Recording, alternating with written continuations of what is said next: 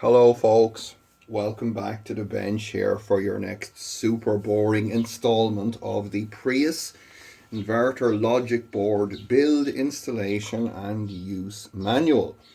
Today we're going to be looking at the underside of the inverter. We have an inverter here on the bench. It's not the same one that we were looking at the last time. This is actually one that I'm going to be putting in my E39. I've removed 10mm studs here around the periphery, broken the seal by singing to it, and we can now remove the lid. Ta-da! And underneath we see some interesting stuff. This big coil here is the inductor for the buck boost converter, and we will be able to utilize this as part of the battery charging function once we get some software done for the Atmega 328 processor. But that's not what we're here to look at in this clip. What we are here to look at is this section here, which is the DC to DC converter. So this DC to DC converter, what it does is it takes the high voltage battery, so your 200, 300, 400 volts, steps that down to about 14 volts for charging your normal 12 volt battery in the car, running the lights, wipers, all that type of thing. So you can think of this as kind of the electronic equivalent of an alternator in a traditional combustion engine powered vehicle. Now, problem that we have is that the nominal voltage that this is designed to run at in the Toyota Prius is 200 volts ish. We want to be able to run this up close to 400 volts. So how do we do that? Well, a gentleman on the Open Inverter forum did just that with a Yaris inverter, DC to DC converter, and published a video on that I would see if I can find and put a link in the description for you. So the Prius one is slightly different. The Yaris DC to DC converter was all on a single PCB, whereas the Prius one has got two PCBs in here. I've gone ahead and just removed these four little screws here, and we can now fold back this board here, which is a logic board. So this is where all the brains go on. This is the power board. This is where all the high voltage comes in here. It goes through the switching transistors, through the transformer, and out here to give us our 14 volt power supply. So problem is that there are, I should say, two voltage divider networks on this board that are designed to detect when the high voltage coming in exceeds a certain point and switch off the DC to DC converter. Now the guy that was doing this with the Yaris one found that with the stock components on here, that was typically around about 230 to 240 volts. So it will start up a little over 100 volts from stock and shut down at about, let's say, 230 volts. So if the voltage that you intend to use lies within those two ranges, then you don't need to do any of this at all. You can just leave it. So you can ignore this part. Now, in the E39 with our Siemens motor, we're going to be running at about 360 volts. Hence, we need to modify the DC to DC converter. Now, the way that we're going to do that is by changing some resistors, and unfortunately in this case they are surface mount parts. There are two sets of 4 resistors that we need to change. On the top side of the PCB here, let me get my little magnifier so I can read the designators for you correctly. Are these four? Let me get something to point at so that you're not seeing my big stumpy finger in the way there. Let me get something dumping. Here we go.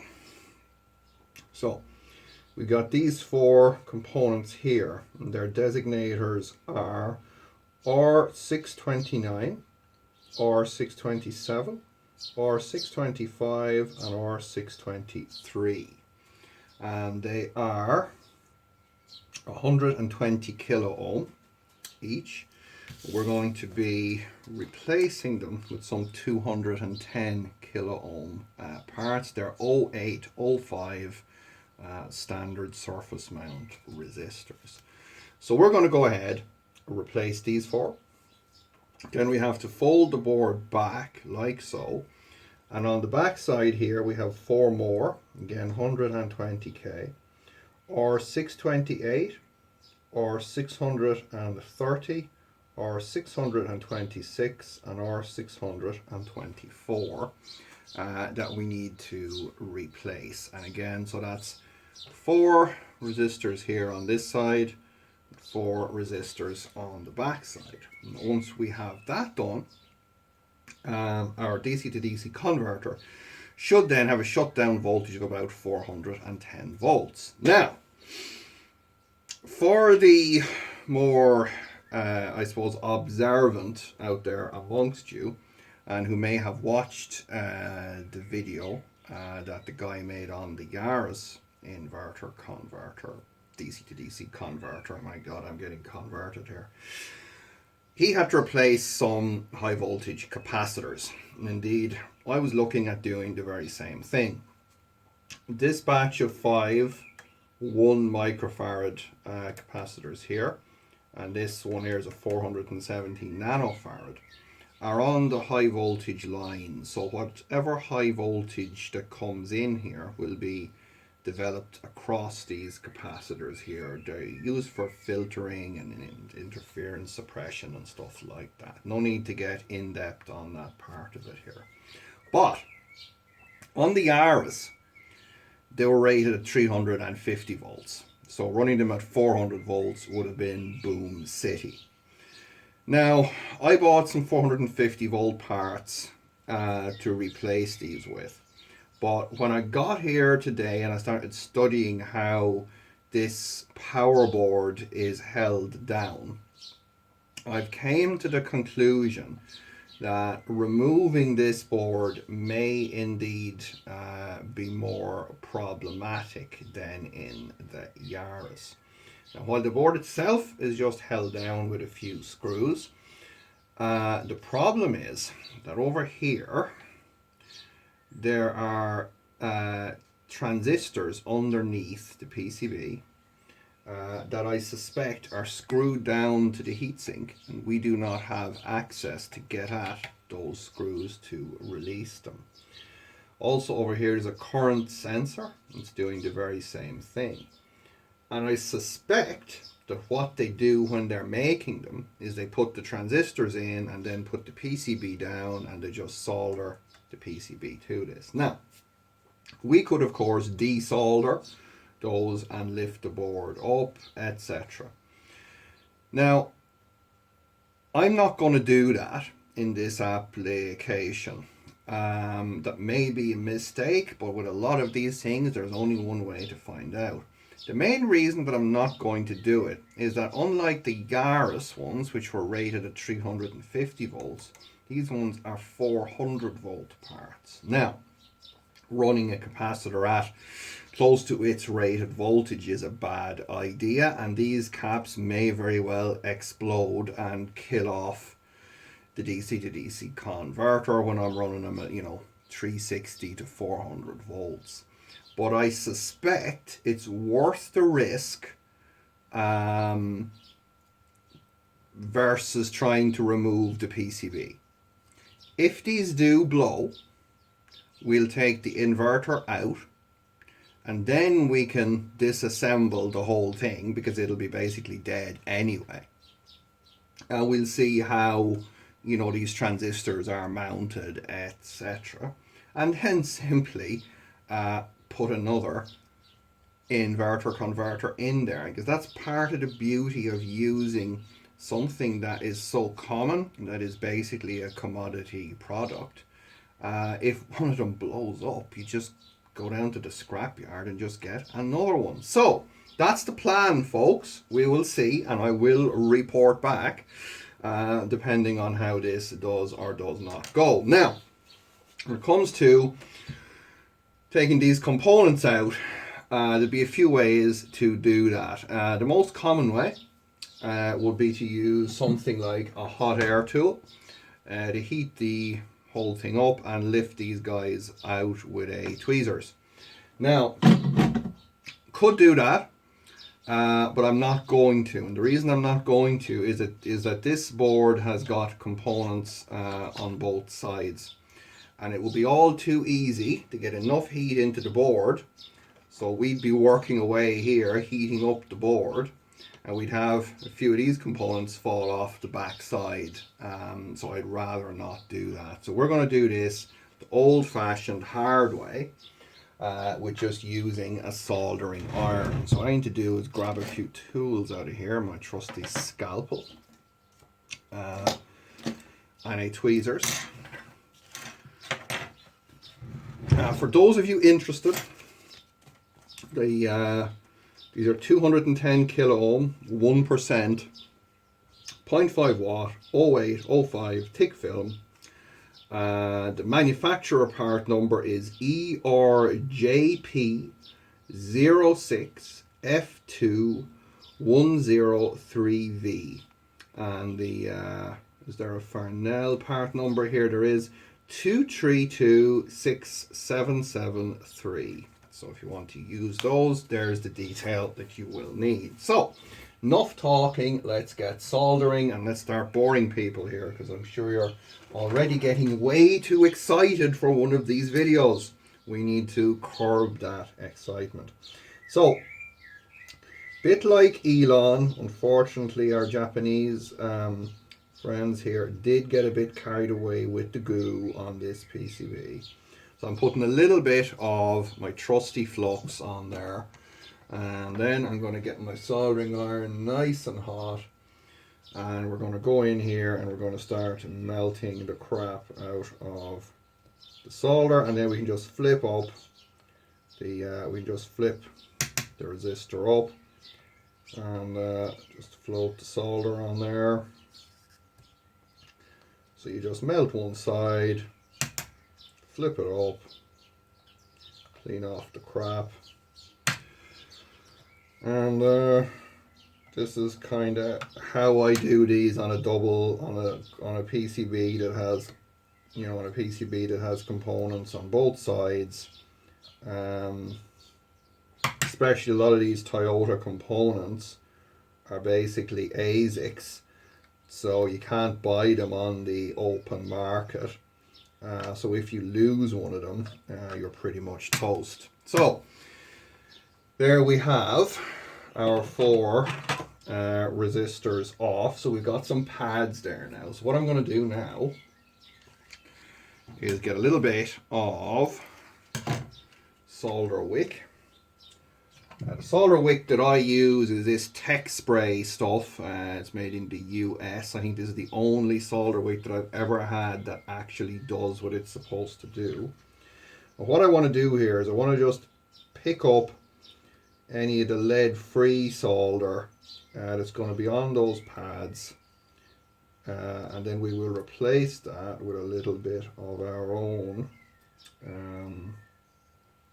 leaded solder, because lead is good. Lead is our friend.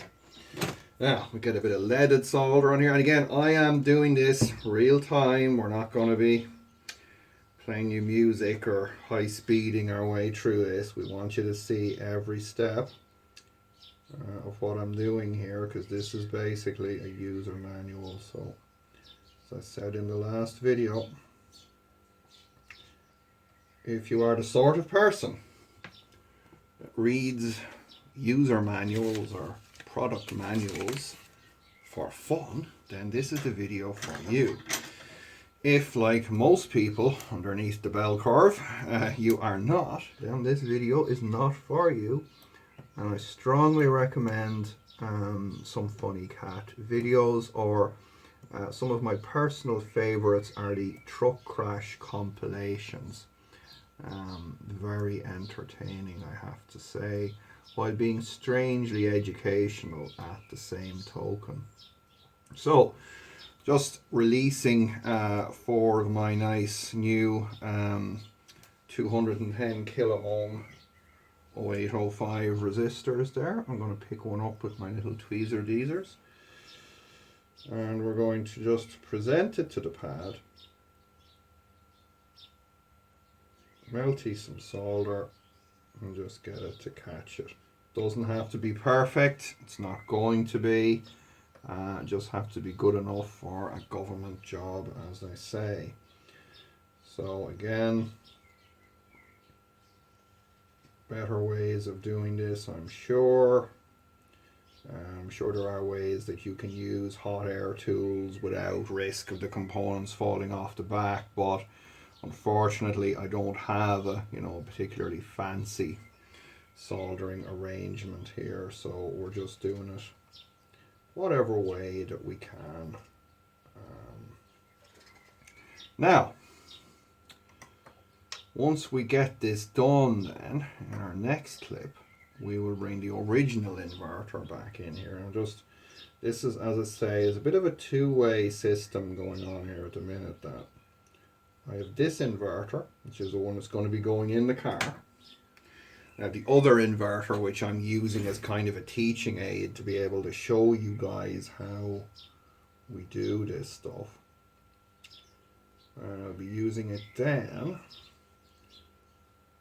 for testing some motors, because there's some super exciting motors manufactured by my favorite automaker. And we need to get some testing on. So those are my 4 or 628, 626, 624 and 630, now swapped out to 210k. You can fold our PCB back like this.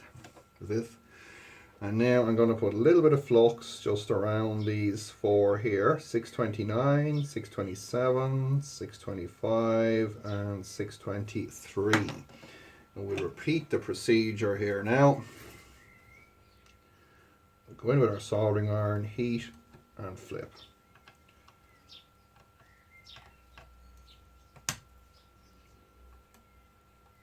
Heat and flip.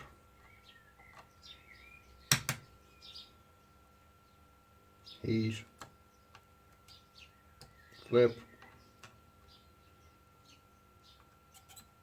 heat and flip. So get rid of, when my tweezer's gone, get rid of the 120Ks from here now.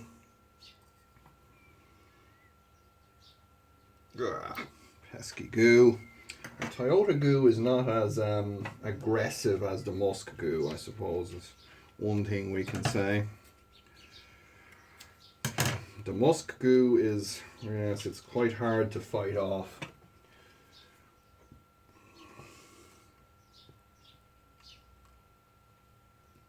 Again, we're just going in, cleaning up pads just to get rid of the pesky lead free. There we go. Again, take a little bit of the thin solder. I just put a little dab onto one. Just got to make sure I'm getting it on one. So that's 1, 2, 3, and 4, just like that. And then we will release another 4 of our replacement 2, 3, 4, 210k parts. There we go. Put those in a new drawer now, because I gotta never have enough drawers, guys. That is one verifiable fact.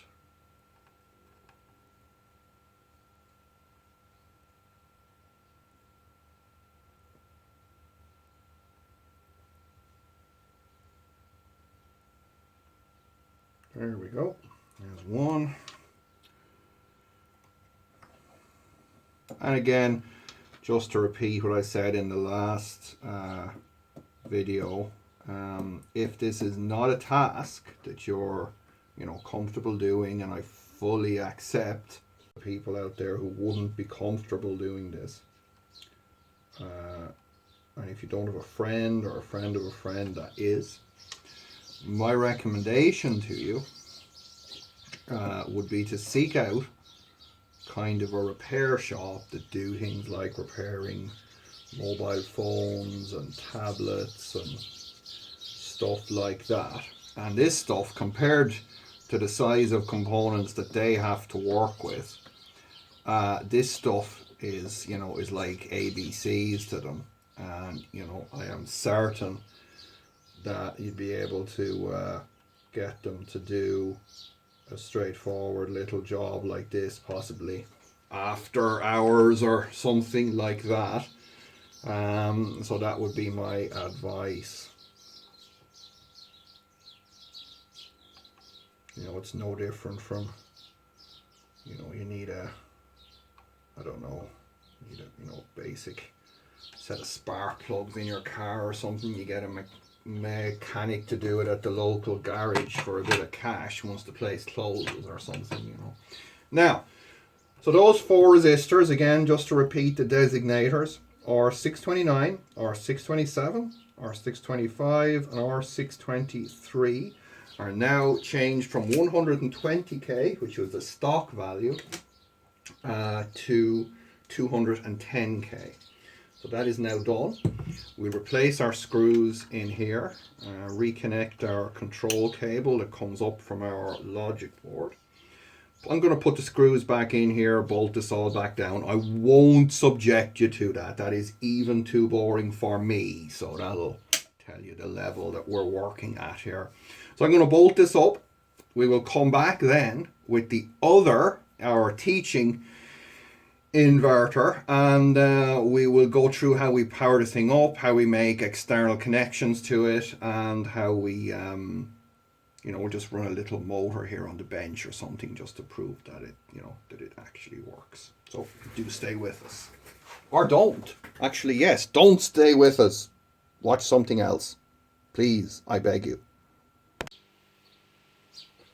Okay, folks, we are back to you with our next installment on our Gen 3 Prius inverter assembly and use manual kit video thingy-bob. So, you will recall we installed one of these 34-way IDC headers on our logic board. Now, while we can use these pins here, or indeed just solder wires straight into the board to access the signals, I have designed a slightly more, I guess, automotive way of doing this.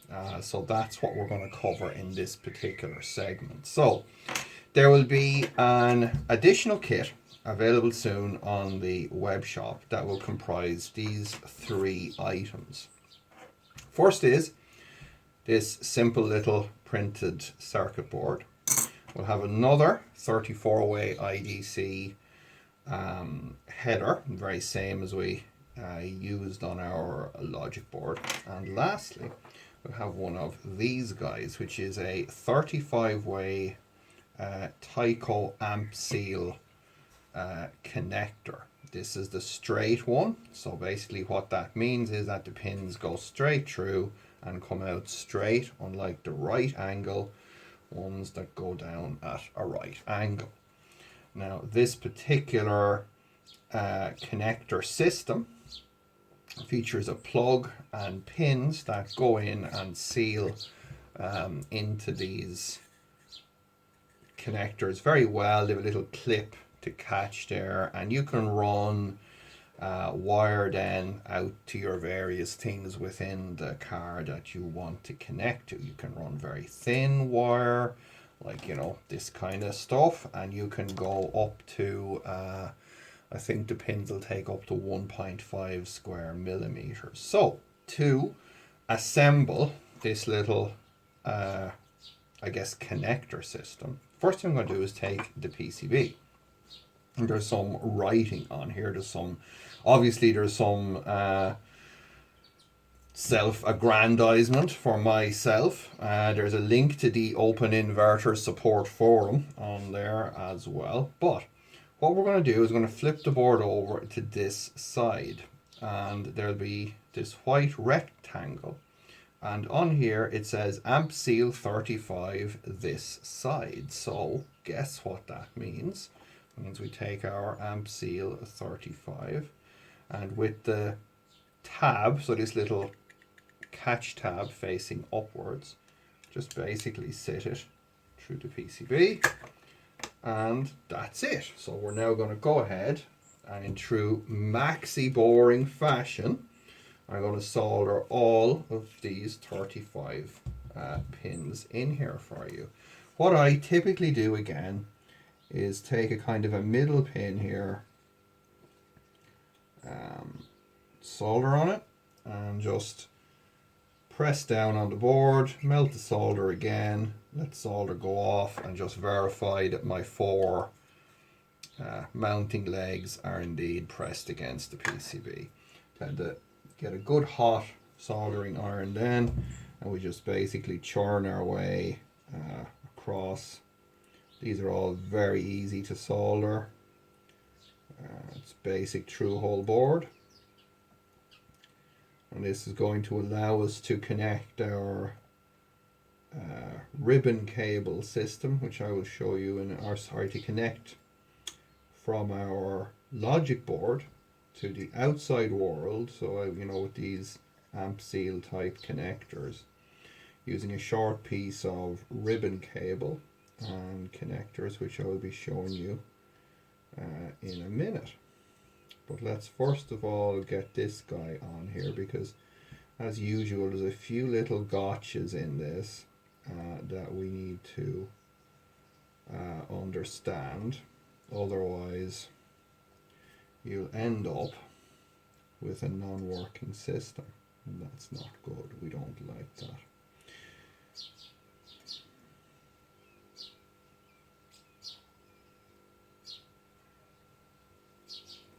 We're basically just firing away here through all of these pins.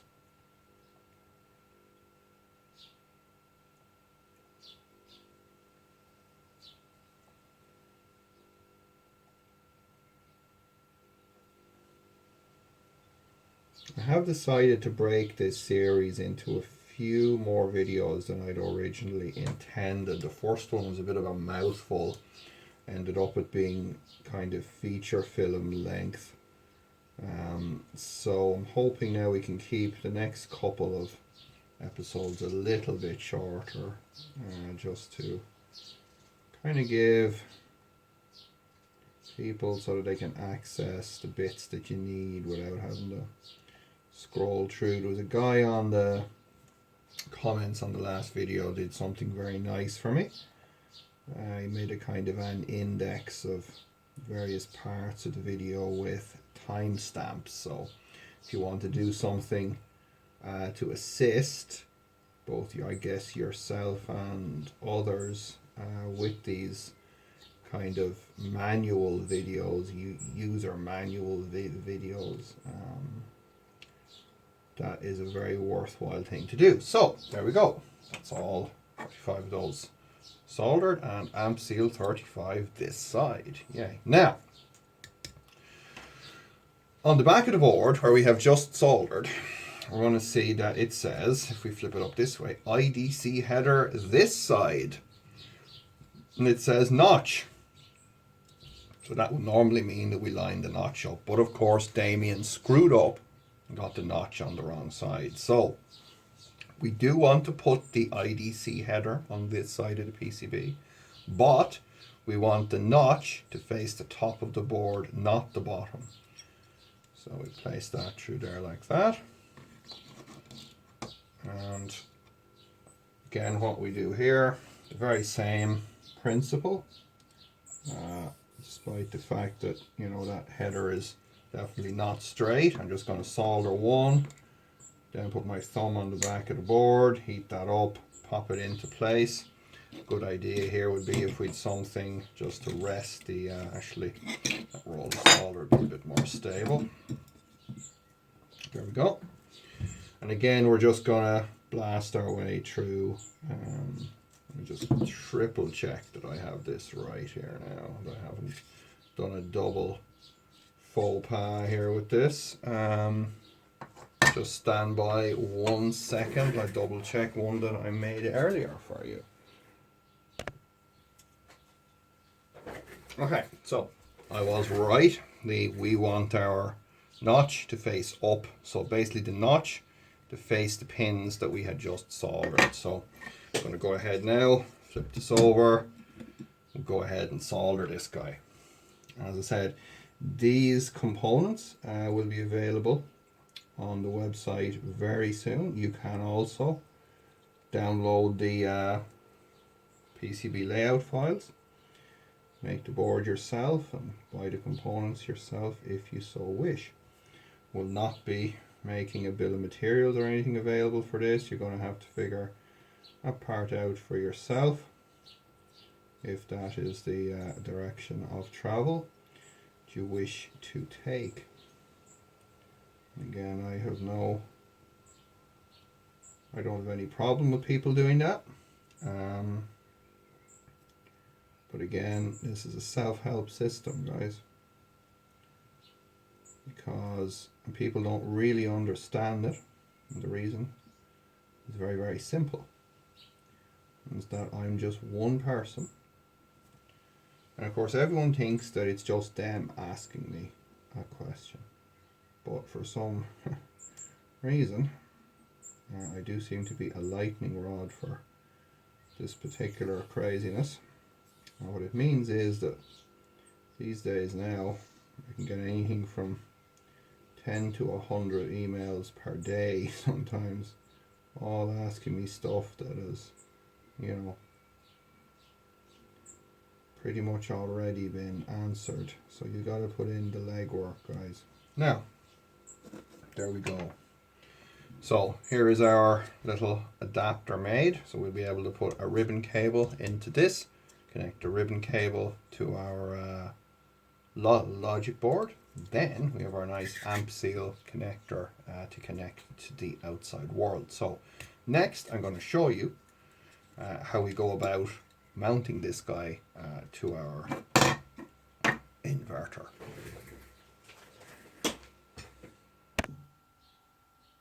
Alrighty, so we're back out here now with our inverter. This is the one that's going to be going in the car. This is the one that you saw us modifying the DC to DC converter on. So here I have a 35-way ribbon cable that we have, or a 34-way, sorry, ribbon cable plugged into the logic board, and it's just coming out here through where we traditionally had our socket.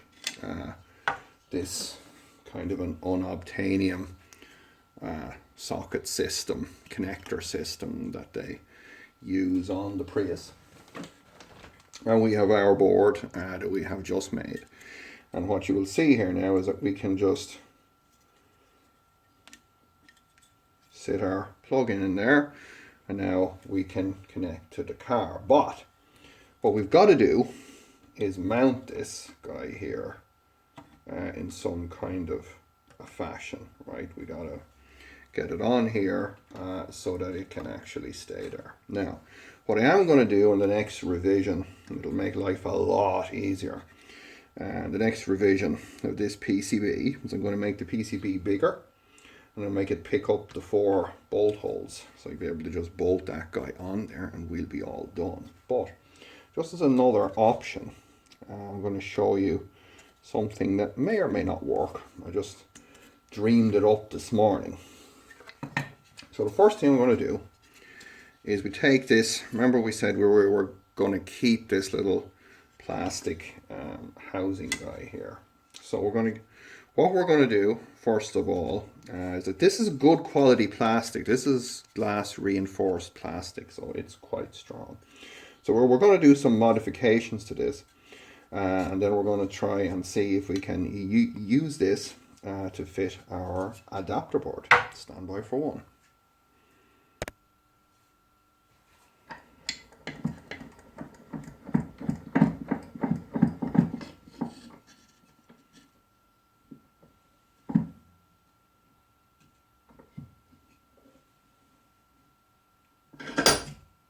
Now, let the modification process commence.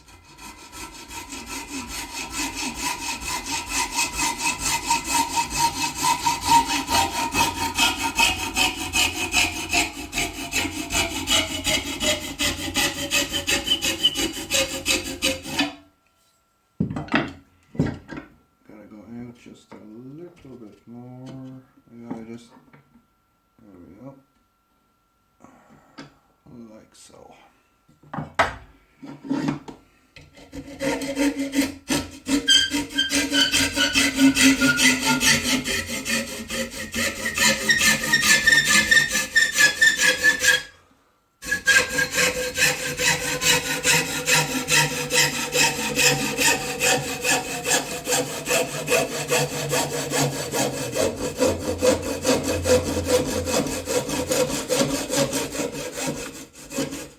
Daisy.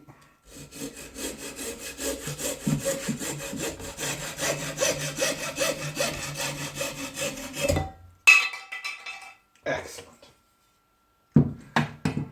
Another successful mission. So, we have now removed the back part of our holder thingy.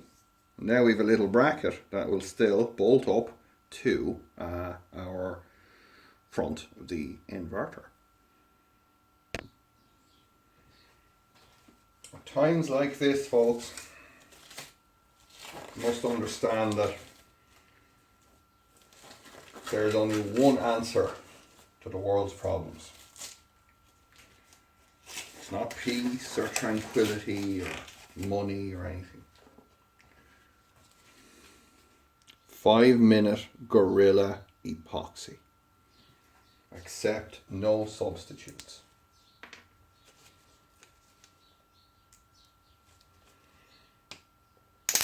Oh, look at that epoxy. Oh, it's beautiful.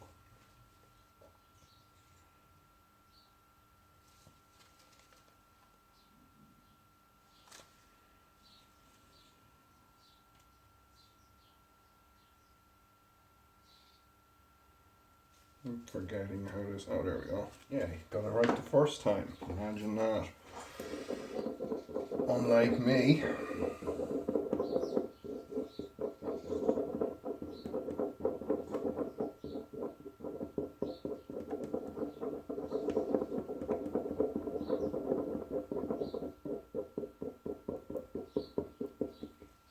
Now let's get you focused in on the task at hand.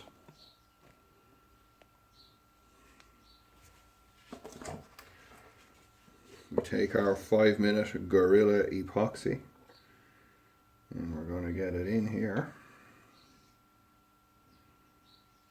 like so. I might need to make up some more of this stuff actually. It's just so good.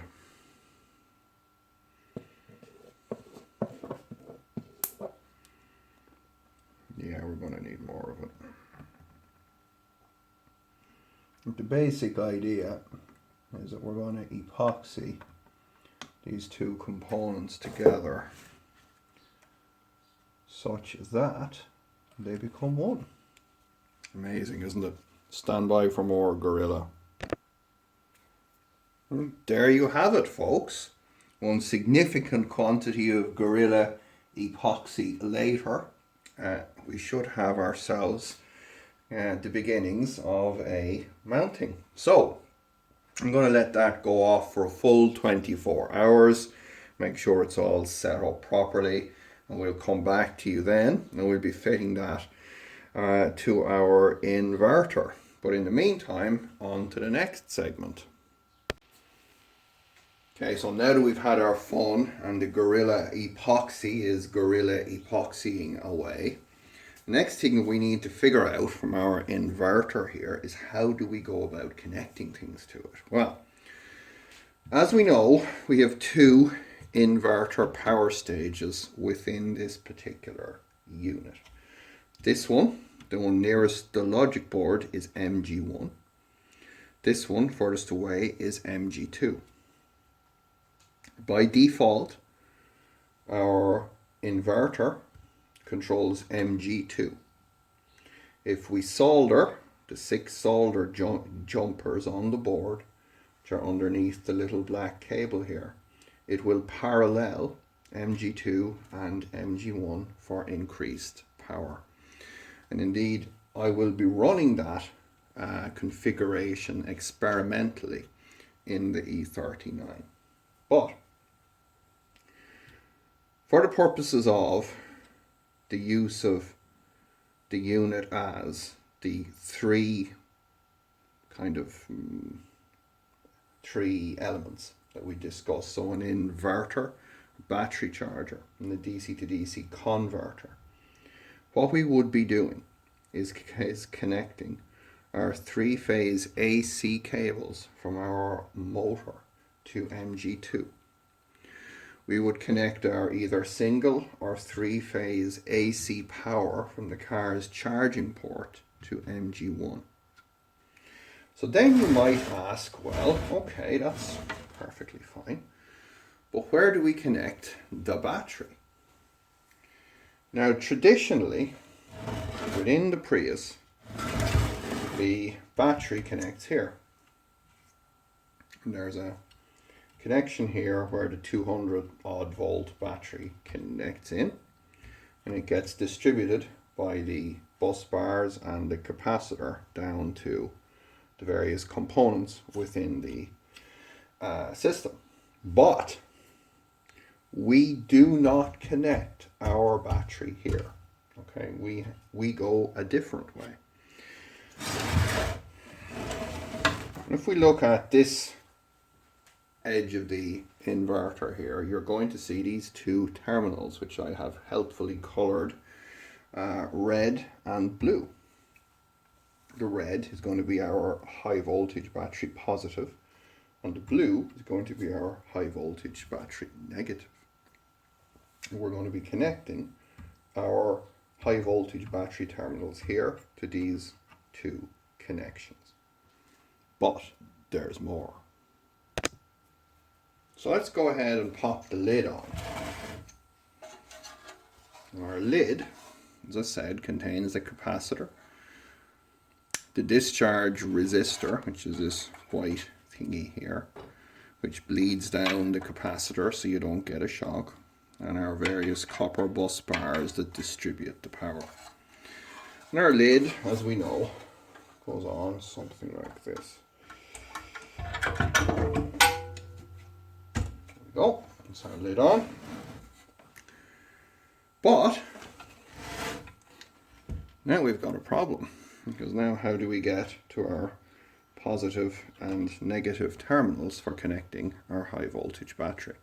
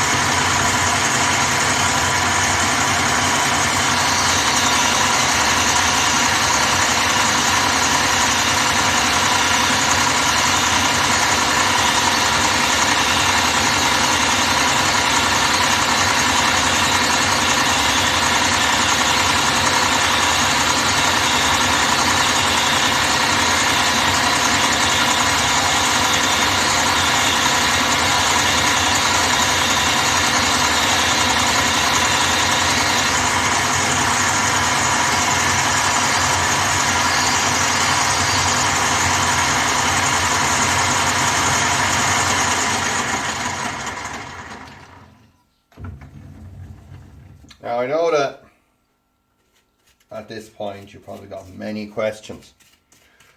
One of those questions, most probably, I am running my lathe in reverse. Well, if you can figure that out, leave a answer in the comments and you will win a prize. And the prize is I'll probably answer a question for you. So what are we doing here? Well, what we are doing is I'm going to now try and find my almost non-existent center drill set. Found them. And we are currently, in case anyone hasn't noticed, machining some 25mm brass bar. And the purpose of machining said 25mm brass bar is to make connections for our high voltage bus on our Prius inverter. I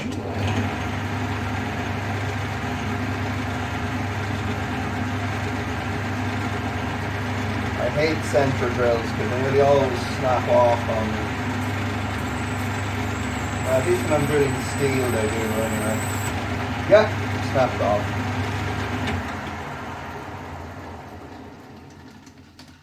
Great. You got to see it here, folks. Double snapped off center drill.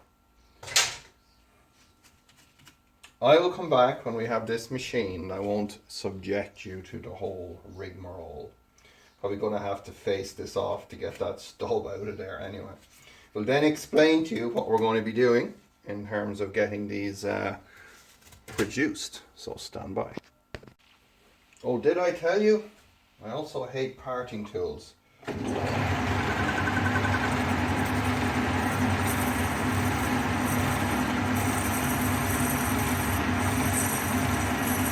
They always break too.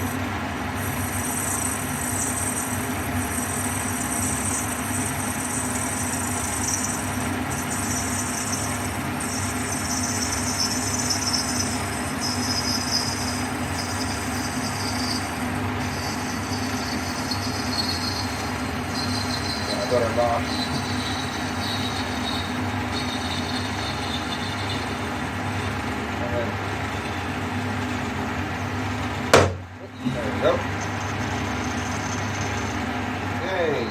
Actual success.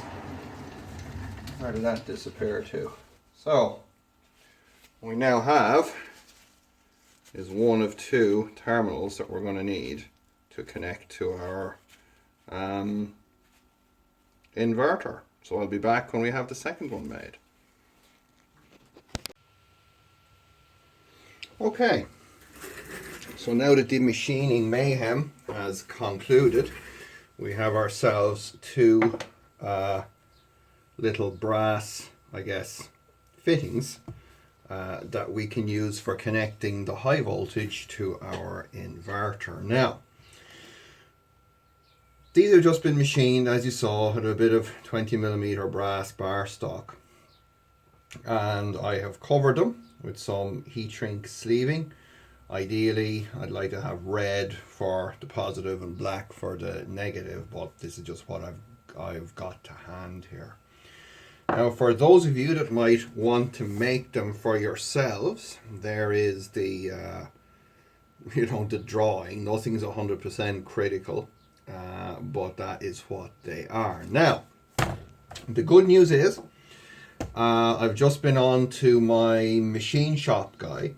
I was having a chat with him, and he's got some CNC equipment, and he is going to churn us out a bunch of these little fittings, and we will make up a little mini kit for you with our brass components, some heat shrink, and the right size of bolts to go through here so that you can bolt on the terminals, which we will be showing you in the next segment. So we'll do a little mini kit for these, and the advantage being that this is a fairly universal fit. This is going to do the Prius, it'll do the Lexus GS450H inverter, it'll do the IS300 inverter, probably the Yaris Auris one as well. So this will be a little connector kit that we'll have for you hopefully within the next few weeks, as soon as we get these guys manufactured in some small volume. So let's go have a look now at how these actually work when fitted to the inverter. So, as you guys will be familiar with, this is where our high voltage is going to connect in. We removed this little cap from it and the two fasteners when we were stripping down the inverter. Now, what we will then be doing, just to give you an idea to how this will actually work, is that we'll have a cable lug like this, a 6mm hole. And we'll have a fastener. Again, this is just a random one that I've got here. I'll get the right lengths for this when we make up the little kit. So we'll have some kind of a washer, go through the cable lug, through the fitting.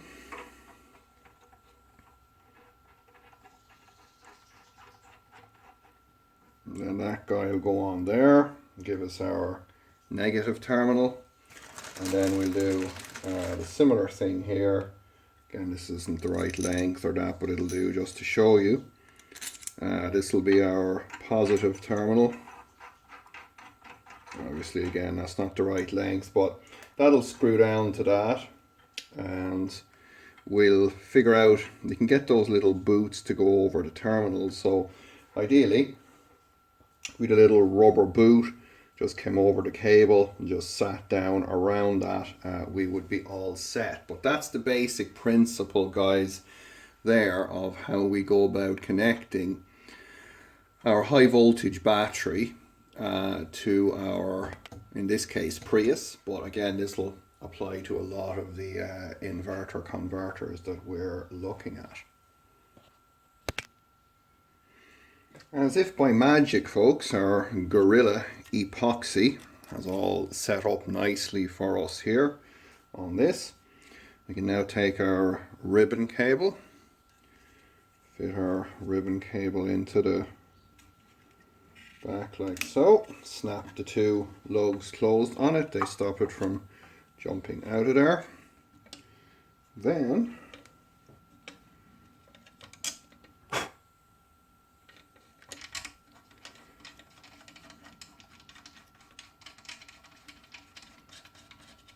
we can pretty much bolt up our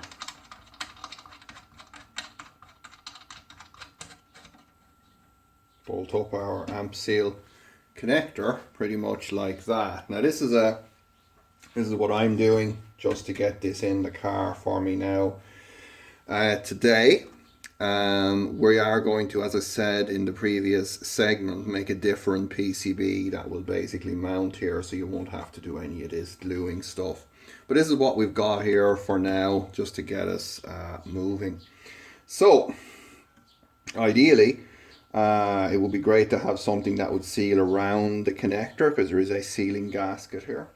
So I might try to come up with some kind of a mechanism to let us do that. It'd be ideal, I guess, some kind of a 3D printed type of a housing would be ideal for this. That's again, if you know,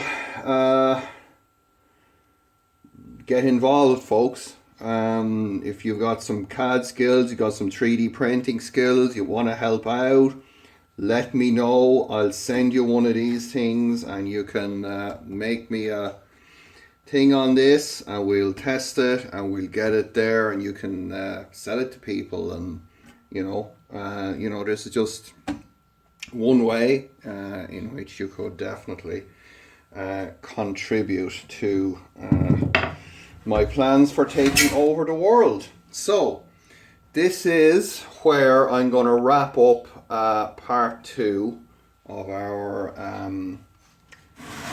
Prius inverter converter series. As you saw there in the last segment, this is where we'll be connecting our high voltage in here. So we will be doing that. Once I have that done, then this inverter converter is going to be getting installed into the BMW E39 5 Series. So we will then, hopefully in the next segment, we will run you through some wiring and how to basically run a motor with this thing. But at the minute, most important thing for me to do is to get this into the car and actually start getting some experience with it myself. So I'm going to wrap this up here. Hope you are at least getting something out of this. I won't say enjoying it, it's not entertaining, it's just a little bit of, I guess, as I said, it's the equivalent of reading a user manual for recreation. So I'll leave you guys at that. Do check the links in the description. There's always some, info in there. You can go on the forum, get on the GitHub. Please do contribute something. It really helps.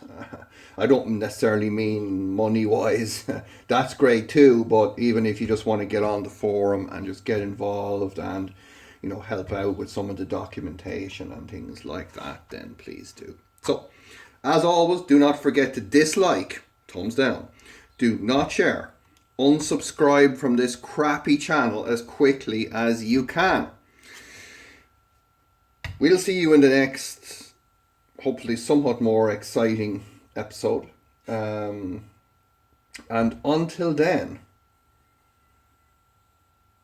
happy CNC brass connector turning.